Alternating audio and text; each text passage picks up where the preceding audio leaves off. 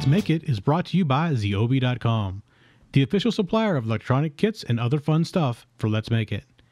Use code LMIFUN during checkout to save 10% on your order.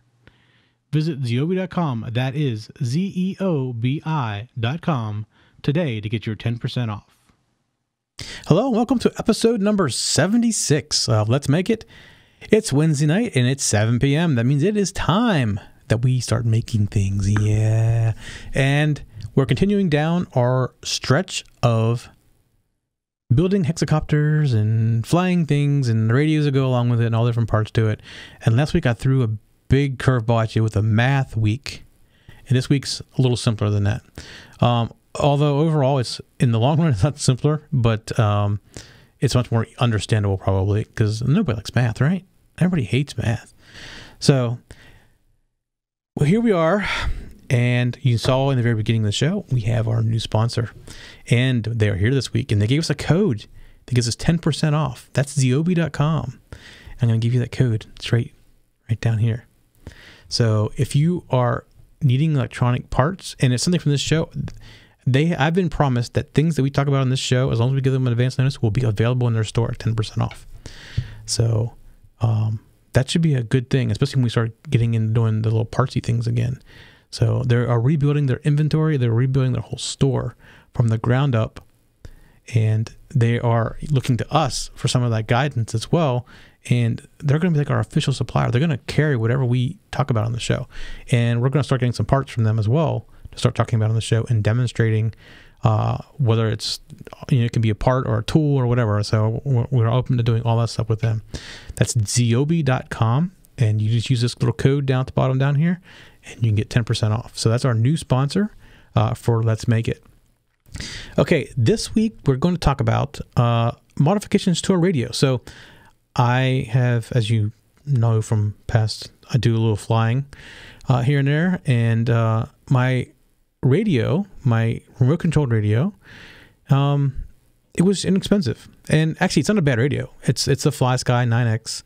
It's also known as by Turnigy 9X and a few other names too. And it's really inexpensive. It's like under $80, and it's a 9-channel radio. And I think it's like it'll hold 8 or 10 different configurations for planes or hexacopters or helicopters or whatever. And you can switch back and forth, use one radio for all of them. And it's really inexpensive. It's not like super, super nice. And the Turnigy is a little shinier. It's more chrome looking like. But the Flysky is basically the same thing. And it's a little more plasticky, but it still feels good in your hands. It's heavy, has nice weight to it and everything.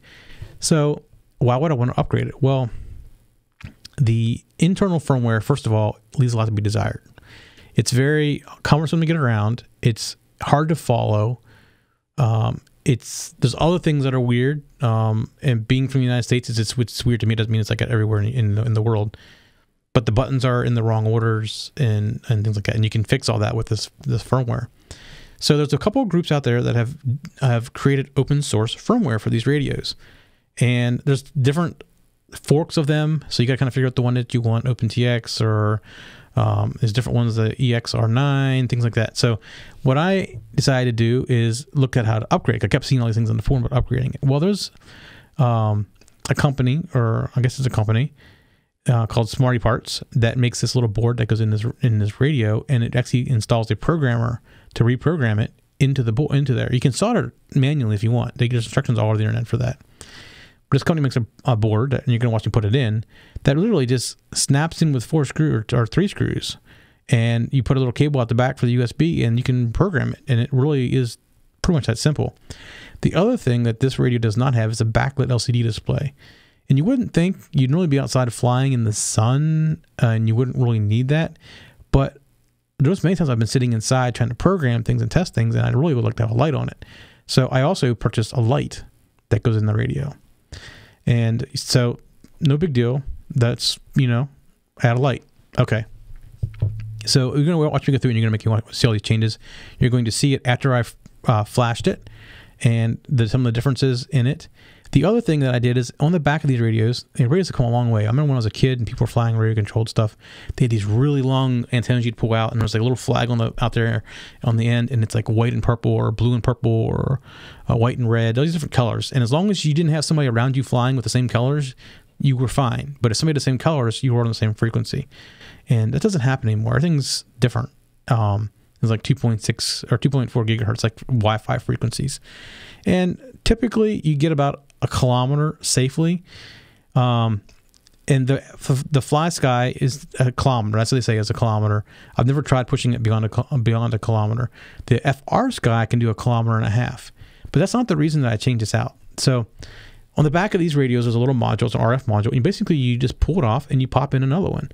So the Flysky, I popped it off, and their antennas soldered together. So I had to unsolder the antenna, or actually I cut the wire on the antenna and pulled it out. And then I put the FrSky transmitter or the RF unit on the back. So what that gave me is, yes, it gave me about half of a kilometer longer or farther away, but that's not what I got it for. With the FrSky, you can say, when I run out of range, I want you to look like this.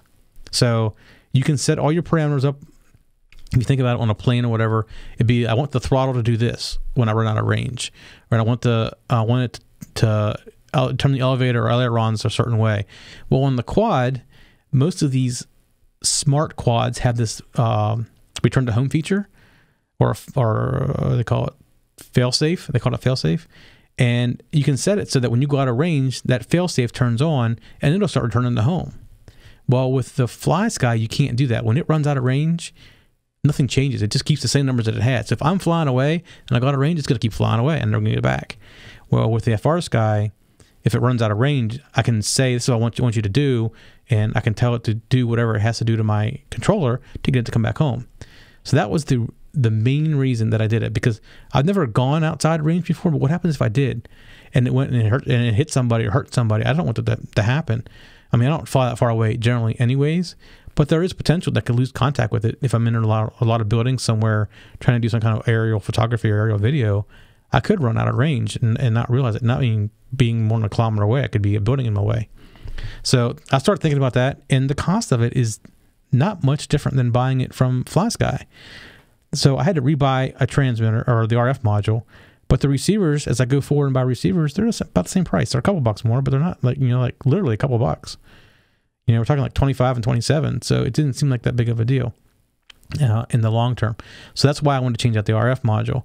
The other thing that the FrSky receivers give you is telemetry data back.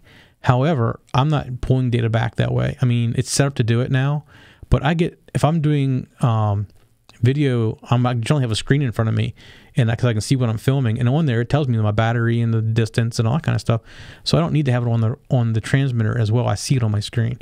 But if you're not doing it that way, if you're just going to go out and play around, if you want telemetry data back, the FrSky can do telemetry data back. There's a few other things it can do. It's easily programmable. Now I had to upgrade the code on the FrSky receiver to do some things that I wanted to do as far as RSSI signal strength into one of my controllers. And I'll talk about that during the segment a little bit as well. So what I'm going to show you here is a segment of me modifying the radio, and then we'll come back and we'll talk a little bit more about the next steps. All right, so in this segment, we're going to talk a little bit about the radios that you use with your quads. These radios can be used for anything, really. They're for planes or helicopters or quads. There's not really one design just for quads. This one doesn't even have the quad ability. It doesn't say quad in it anywhere, but it does have certain things that are tuned for planes or for helicopters. But for a quad, you really can basically use an airplane or a helicopter. Really, you don't need all the helicopter features to fly a quad, because basically you have your throttle, your forward, backward, left, right, and then your rotation, or some people would be a rudder on a plane, or the tail on a helicopter. So those are the only four that you truly need to fly a quadcopter. Now, in this case, this radio is a 9-channel radio. It's a Flysky, which is rather inexpensive. This whole radio here costs like under $80 with one receiver came with it. And it's a great beginner radio. It's not, if you're getting and doing professional stuff, you you might want to get a little bit nicer radio, but for what I do with it, just flying around with it, this works perfect. Plus, some other things about this one that's very unique, and I'm going to talk about that. And actually, I'm going to do a segment here next that shows me modifying this, putting in a board that allows me to reprogram it with open source software that adds a lot more features to this than a lot of other radios have. So this little cheap radio can do a lot more than what you're giving the money. You're paying one of the big people for, and it's upgradable, open source. The community is constantly making changes to that. So, anyways, this is an 8-channel radio, real basic. I can turn it on real quick. You can see it has an LCD. Now, the upgrade I'm getting ready to do is going to make this backlit. Right now, this is not backlit, which is a problem. If you're outside and you're in a weird sunlight situation or in the dark, wearing sunglasses, the backlit makes it really nice. And the kit that I bought to upgrade this came with the light. So when I'm putting the thing in the next video or in the next segment I'm going to record, you'll see where I'm putting the backlight on it. It's really easy to do. And the company made a board basically that without any soldering, you can pretty much take this apart, put in. It gives you USB and a burner, just like you would burn stuff to an Arduino. You basically plug into the USB, and you can do your own open source stuff, or you can get all the stuff that's available on the internet. There's lots of it out there, and they've added lots of features to this. This is not a real high quality radio. It's not built overly well. The buttons are really clunky, and they're basically just tactile buttons that are underneath of there. So you push the button, you can kind of hear what you're pushing. So, but it's not a bad radio. It's comfortable in the hands and things like that.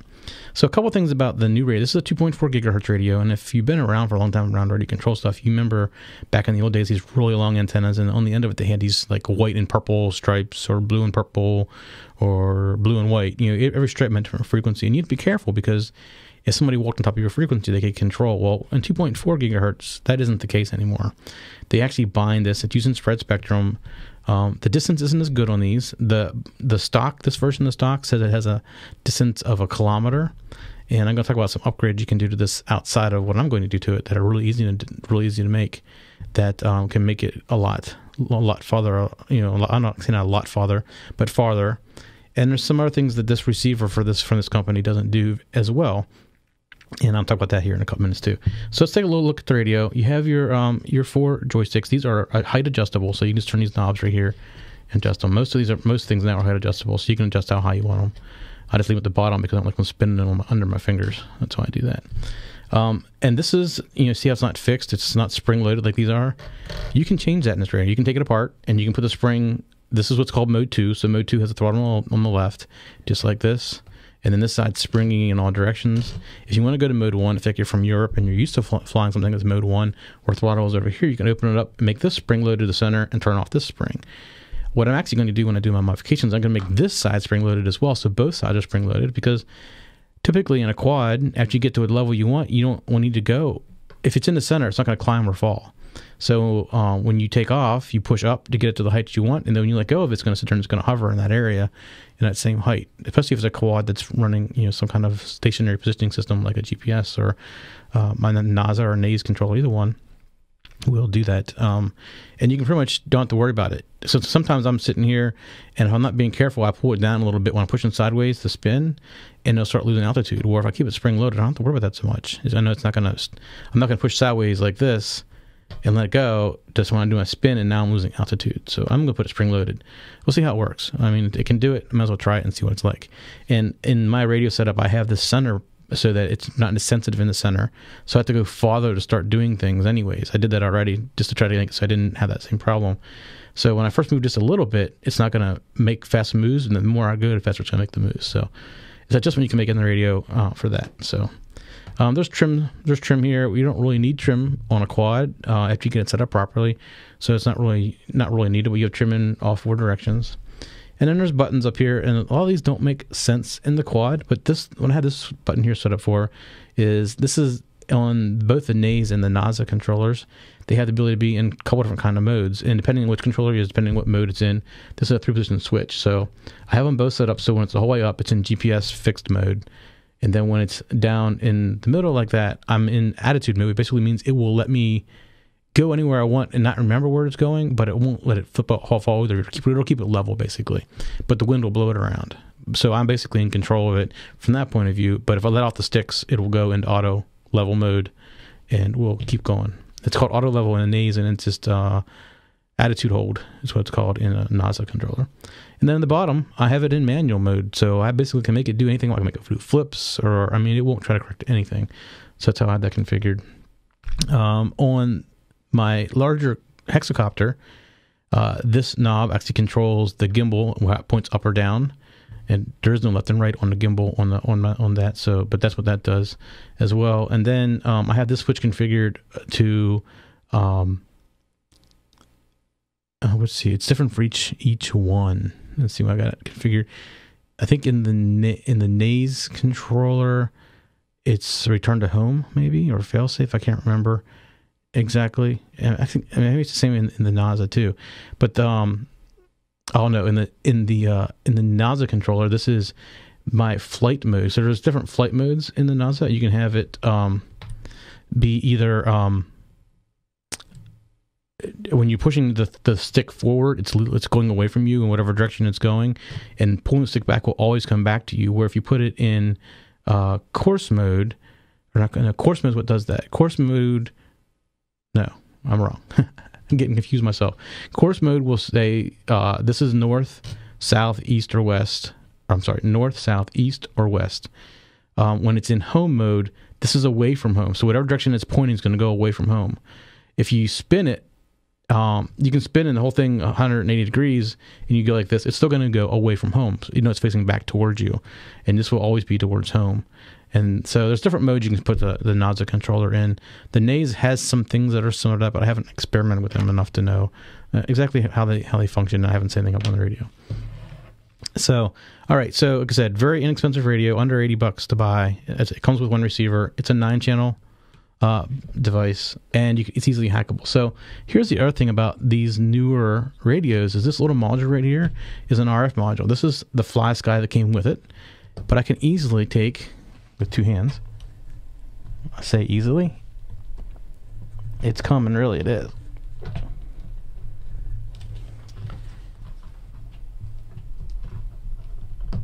There we go. All right, that was kind of tight.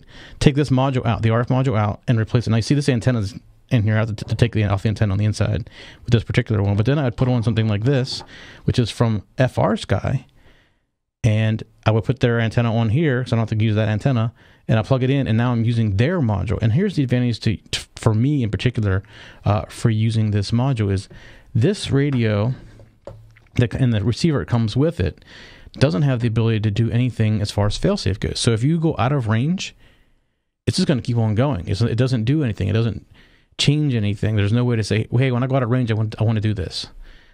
So this particular one and its receiver, which is here's one of them right here that I haven't gotten out of the box yet, will actually allow me to say, when I go out of range, this is what I want it to do. And what that allows me to do is to tell the quad, hey, I'm out of range, go into failsafe mode. Where I can put it in failsafe mode manually, but only if I'm in range. So by using this other one, this also gets me another 1/2 to 3/4 of a kilometer, but then I'm not worried about that part of it. I mean, it may get me a little bit better.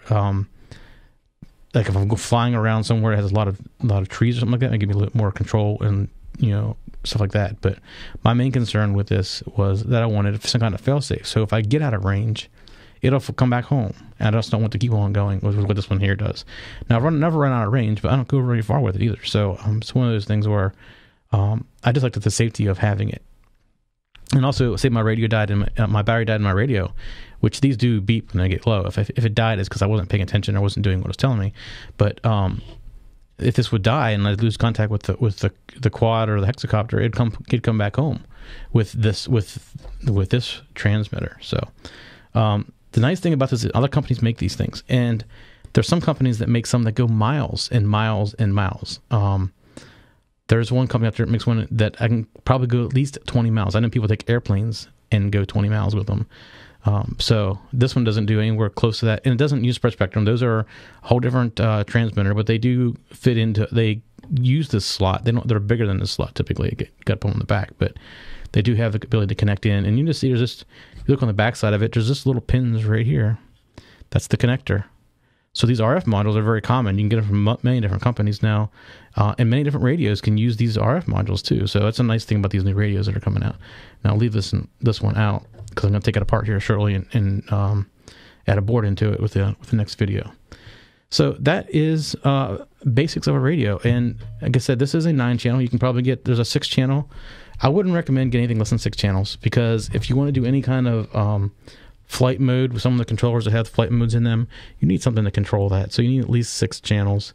And if you're going to use a gimbal for a camera, I would even go up to 8 or 9 channels, because they're so inexpensive these days to get these radios, and they're easily modifiable. And this particular one is well known, and this is a Flysky, but it comes out, I think Eternity is the other brand it comes out as. So it'll look a lot like this, maybe different colored buttons or something like that, but they're basically the same radios inside, so you can still easily modify them. If you go out and look for Flysky mods, you'll find links. I think Eternity is one of them. DX9 maybe is another one, if I remember correctly, that are all the same manufacturer. But you have to go out and look. Don't quote me on that. I only know particularly and for sure Flysky, and I think Eternity is the other one. And there's a third one that I can't remember what it is, but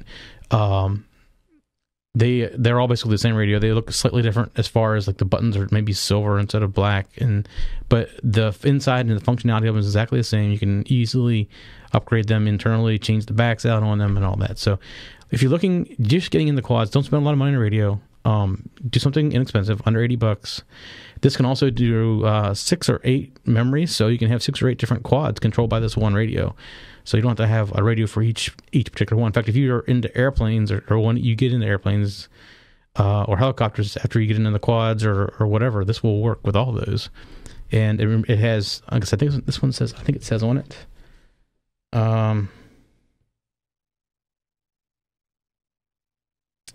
No, it doesn't say how many, but I think it's 6 or 8 different memories that it can remember. Some of them remember 16. So it's, it's nice to be able to have one radio to do all those. And you just buy one receivers. These receivers, you just buy these this is it's not the same ones, but you just buy these. And they're under about $20 probably for the receivers. And you just keep buying them and putting them in your planes and use the same transmitter. So it's definitely a nice way to keep the cost down when it comes to radios and buying something like this. All right, so I'm going to record this upgrade in a few segments because it'd be boring just to sit here and watch me do all this. So here's what I've done so far. I've taken this apart, and to get it to come completely apart, you got to unplug it. So I just unplug this, and obviously this is the back of the radio. So since I'm changing the transmitter and receiver, the actual RF modules, I need to remove the antenna cable, and you'll see it comes in through here. So I'll work on that, get that out. The other thing I wanted to do is I wanted to make it so both sides would spring load to the front, or to the center. So they like this one here spring loads. I wanted this side to spring load as well. And they are reversible. They don't give you the parts to do it both. So this side I'm going to leave like it is. This side right here, I'm going to leave just like this, and not worry about that. But what I did do is on the back there's this adjustment right here that makes this harder to slide. So I tightened it down so it's not as, I just can't bump it by accident anymore. And it actually got to intentionally push it now, which may help the problem that I was having, because I was just tapping it to the side, and when I did that, it'd come down a little bit because it was so loose. Now that I tightened that may solve my problem, and it may be an alternative to actually doing it. Now, before I go forward here, here are the parts that get used here. This is the first one, and this board is designed just for this radio. And let me see what it says on it. It says, it doesn't give you like Eternity or whatever models, but it's from smartyparts.com, and it's a 9X programmer. So this is a 9X board. If you look on the back, here's how it works. You see these little pins right here. These are spring loaded. So all you do basically is put this board just like this and screw it down. So, and then this is the USB plug, which comes out of the battery. So we put that right up here where the battery goes. And that's the upgrade for being able to program it. So, and then the other piece that is part of this upgrade kit is this. I didn't get it out of the bag. Let me do it. Is basically a backlight. So there it is. That is a piece of acrylic with a light in there. And then there's this rubber backing, so I'm going to take off part of the LCD, which then this goes behind the LCD. And then this plugs into that board I just had. This plug right here does. So now I have a backlit LCD instead of just a green dark LCD. So that's all part of the upgrade. So I'm going to go make these changes, get rid of this antenna right here, and I'll come back in as I go along the process. All right, so it's taking a little bit of work. This bottom piece is loose, and you'll see down inside there this little white thing. That's the background. I had to tear this foam off that was right here. Actually, you can see here's the foam I tore off, because with the foam in the backlight, it's too thick. So what they do is they sent you more foam, which I put in place right there. And then this is the backlight, and you see the wire coming out of the backlight, and it's actually laying right up here.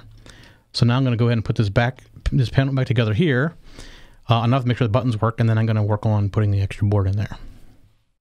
Okay, so we've gotten a little farther along. First of all, you see right here this little USB plug in the back. It fits right in there perfectly. It's like almost like it was designed for that. I mean, I know the board was, but the case had a slot where it fit right in there, and this is going to be how we connect to the board we're putting in. So here's what it looks like with the board in, and we are so far. We haven't hooked it up yet. Basically, this is now attached to this board. They sent all the spacing and everything you needed to do this. All you basically do is follow the instructions. So far, it's pretty much just been a screwdriver is all you needed. But one of the instructions talked about hooking up the light, and I need to go back and read that again because it talked about cutting this off or possibly still using this. So I don't know. I'm going to figure out what that really means. But that's the next step, is hooking everything up, and then we'll be ready to give it a shot and make sure the radio still works. All right, there we go. We have our Smarty Parts board in there, and we have it wired up. And I opted to do something a little differently. The Smarty Parts board suggested that I take the 2 wires from the LED backlight and cut them and then put them into their plug. Well, they didn't provide me a plug, or if they did, I lost it. So, and that allows you to control the LED via code for the backlight. But the light itself came with this little cable that's supposed to connect between here and there, and basically powers it from the bus, which is what I ended up doing. So basically, it's going to be on all the time whenever the radio is on, which I guess is okay. If I decide later on I want to change it, I'm going to have to extend these wires. One of the reasons I didn't try to bring it over here is the wires are too short for the LED backlight. So I just opted for the way that those originally to be installed, and we can change it later on if we want to understand what it's doing now. So the only thing we got left to do is plug this plug back into the back and turn it on and see if it works. Let's give it a shot. Okay, I haven't screwed it all back together yet because I want to make sure it worked before I did anything. But here it is, and you turn it on now, and we get a nice backlight. That is just awesome. So liking it a lot. And I'm going to put the screws back in, and then we're going to try to put some different code on it and see what we can do with it. I did end up with the antenna that took off before, which is actually right here. There's the antenna that took off, and the actual module, which, oh, here it is, right here. Wasn't as easy to get out as what I thought. So that means when they're putting them together, they're soldering stuff. So there's the actual RF module, and where's the antenna at? Or did it fall back in? I don't see it now. It was coming out of that hole, but basically it was soldered into here. So I ended up just cutting the wire right here. There it is, right at the very edge. It's soldered just on the other side. So I lost maybe half a centimeter of wire. I need to put it back together. But yeah, that's all soldered. So I just cut it rather than taking it apart and desoldering it. It was just quicker considering that. But there we go. We got a radio that's been modified, and I'm going to go put screws back in it, and we're going to start uploading some code to it. Okay, so there's one more modification we have to make to the radio, actually, to get the FR Sky module, which I'm using right here, I'm going to take out, to fit in there. And the problem is, I don't know if you can see it in here, but there is a raised plate plastic thing that's in there to protect the pins that are protruding. The problem with that is if you take and look at these two different units like this, what you will notice is that little area on this one right here is much more indented than it is in this area. Well, that indentation is bigger on this one because of that plastic piece in there. This one won't fit. Otherwise, they are identical to each other. And if we cut that piece of plastic out of there, we'll be able to use any module like this that's designed to be replaceable. Right now, we're going to only use these units. They probably did that to make it proprietary, but it's an easy fix. So while I still have the screws out of it, I'm going to take the back off again, and I'm going to take the back board off of this, and I'm going to cut the plastic out of right here. The reason I'm taking the board out first is because I don't want to hurt the pins. The pins I want to leave alone, and I'm going to go ahead and do that right now. All right, so I have the back board off, and I just took a pair of wire cutters and just cut that little hump off, because even when just cutting it down a little bit, it can't be no more than 2 millimeters off the bottom. Otherwise, it's a problem. And by doing it, the wires, I mean, the pins are already exposed anyway, so you just gotta be very careful putting it in and out. I'm sure that may be part of the reason they did it as well, is they just wanted to be careful with it. But that's not the way most of the standard modules are. So, and now looks like the rest of everything else that uses those kind of modules. So you can kind of see down in there, I've cut off that, so the pins are taken out. I'm holding the board up because I didn't screw it back in yet, but I'm gonna screw it back in and put everything back together and make sure everything works. All right, so there is our radio again, for this time with the module fixed on the back. So here's how you can tell. Turn it over. You see our module is blinking like crazy. It is not paired to anything yet, so we are now ready to go with the FrSky transmitter. So that's all there was to doing that. So what I'm going to do now is I'm going to go out and we're going to upload some code to this. Now, the other thing I need to do as an example is I will need to flash the FrSky receiver. So here, I got one sitting right here. Let me show you what I'm talking about. Get it out of its box container. So this is an FrSky receiver. Where is it? Right there we go. And it comes with PPM, which is basically what you do with the servo. You put servos, PPM servos on channels 1 through 8, and you can control them remotely. And with the quad, you could do this with, well, especially with the NASA. You can run a cable for each servo into the NASA, and that's how it takes input. However, this is going to be used on the NAS controller, and the NAS doesn't have the ability to do that. So it takes things in through CM or whatever the other technology is. I can't remember off the top of my head. And you can buy that version of that from FrSky. But I didn't know that when I bought it. But the cool thing is you can flash this with that same firmware. Basically, it's the same thing with different firmware. Essentially the same thing. So I am going to go out and I'm going to flash this with the code from FrSky that has the ability to put it into the PCM mode, or CPCM, whatever it's called. And this will then be able to work with a simple jumper setting. So, and basically I'll go through how you set that up when we get to that point. But I'm going to walk through programming this, and I'm going to walk through programming this. So that's our next couple of steps, is to get this stuff set up. All right, so here is the radio post software upgrade. So we're going to see, actually remember before it said FS in here, and it was a little hard to use. We're going to go ahead and turn it on. And you see it's backlit, and you see it says ER9X. That is the firmware that I'm using. And what's the alert say? Oh, got to turn on my buttons the right way.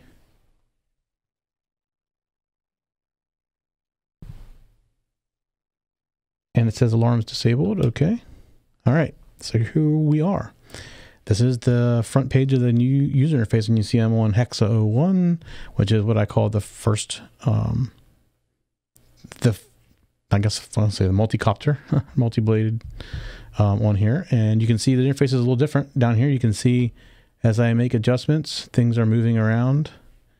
And you can see if I make trim adjustments, things are moving around. You see the trim down at the bottom. I'll get back to the center, just like that. And it's a much nicer user interface than before. Let's get, you see all the different options there. I can change which one I'm using. So I'm in Hexa 01 right there. And here's the menu you can go through. Much easier to use than the other thing. The one thing I didn't do out of part is I should just switch these buttons around. This code allows me to take and switch the buttons so that the plus and minuses are reversed. Because in the US, minus is typically to the left and plus is normally to the right. So I can switch those and tell the code that's what I'm doing, and it'll follow the same thing. So this is what it does after you get the upgrade. The upgrade was a little bit challenging only because I was doing it on a Mac. After I got past some of the initial problems, it worked great. So I now can put multiple. There's a couple of different versions of this same. I don't call them versions. I guess I would call them. I don't know what they call them in SVN now. I guess it'd be a branch maybe. But anyways, there's different branches off this main code, and it's different people doing the same thing. Then there's OpenTX, which is a little bit different, but a little bit more complicated to set up. More features, but much more complicated, I think, than what this is. But this is a great. I've been playing with it. I really like it much better than what I did with the original code. Again, there's a few things. These are backwards, and things like that. But overall, getting around it makes a lot more sense. So definitely recommend going to some open source code. So what we've done in this radio is put open source code in it. We put a backlight in here. We put a programmer inside of it, so I can program it with this open source code. And then I've changed out on the back to FrSky radio. So we've done all these changes to this radio and took this $60 radio and made it as good or better than the $200 and $300 radios for not much more. I mean, the code was free to put in here. The programmer cost what, $30, and the screen cost under $12. And then the unit on the back was $20. So there you go. You got a $100 radio that's much better than some of the other higher end radios. So that's what we do to upgrade a radio to an inexpensive radio to a very, very nice radio. Okay, so that didn't look hard, does it? It wasn't that hard, really. It just took a long time to go through and get the pieces of it and things like that. The flashing took me a little while because I had a problem with my computer. It wasn't a problem with the radio, but a problem with my computer. So I do want to show you a couple of things on the internet real quick. Let me hop over there. There we go. All right, so this is the FrSky. This is the Turnigy name on it, though. It really is exactly the same radio as you saw on the video there. So, but it says Turnigy on it. So you can find these a couple different places, but here's a good example. Let's see. This is $59, and this comes with one receiver, but it's the FrSky receiver. Remember what I said about the reason I switched it out was it doesn't know what to do whenever it runs out of range, which is why I upgraded to the FrSky instead of Flysky, or the Turnigy in this case. But you can see for $59, $60, you're getting a 9-channel radio. Let's see. It says it supports helicopters, acrobatics, and gliders, but really, quadcopters can work fine with just acro or glide. I mean, for the most part, because it only need really 4 for direction. So it's left, right, forward, backward, up, down, and spin. But then you need other channels, which is why the 9X is so nice, because depending on what controller, even flight controller you use, you get lots of different features. Like if you're using the NASA, you can set it up so that one of the knobs on here controls your up and down on your camera. You can change your mode from GPS mode to attitude mode to manual mode. You can set up to your direction you're going based on home mode or so all these different buttons can be used for things, and each one of those is actually another channel. And in the case of my hexacopter, I can do 2 different video channels, and there's a switch involved for that too, so it's yet another channel. So the channels add up quick. So 9 channels isn't really a lot when you're talking about a really heavily loaded a quad or hexacopter. If you're just on basic flight and you're going to keep one mode, then yeah, a 4-channel would probably work fine for you. Although I still wouldn't recommend it, because you're going to want to change your modes.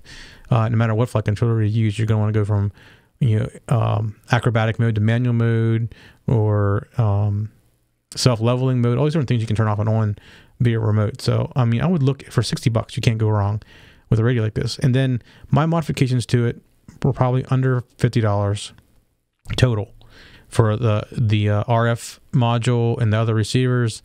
the board inside from Smarty Parts, which let's see if I can figure out what the price for Smarty Parts is here.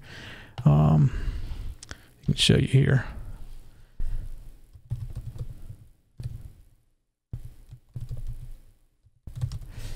Smarty Parts board.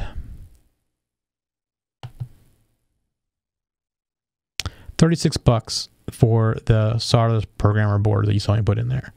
So not a bad deal. I don't remember where I got the light from. It may actually mention it in here somewhere. Let me see if it mentions it.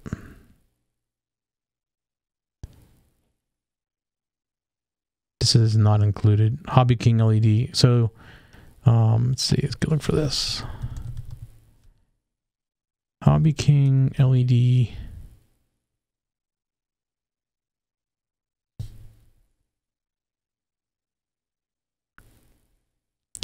Let's see. Turnigy. No, that's not it either.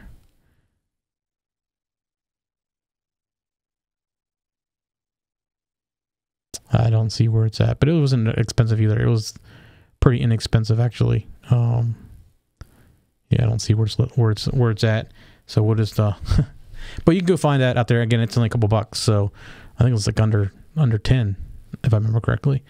So, you know, with a $60 radio and $60 worth of parts, you know, $120 for a radio that if you bought a name, well, I won't call it name brand, it is a name brand, but if you bought like a higher end Futaba or something like that, you would actually pay, you know, 2 and 3 times that amount, and it's probably not have all the exact same features. So it's a great way to save some money, especially if you're just starting out. I mean, I'm all about saving money when you're starting out because you're going to crash it. You may not like what you do with it.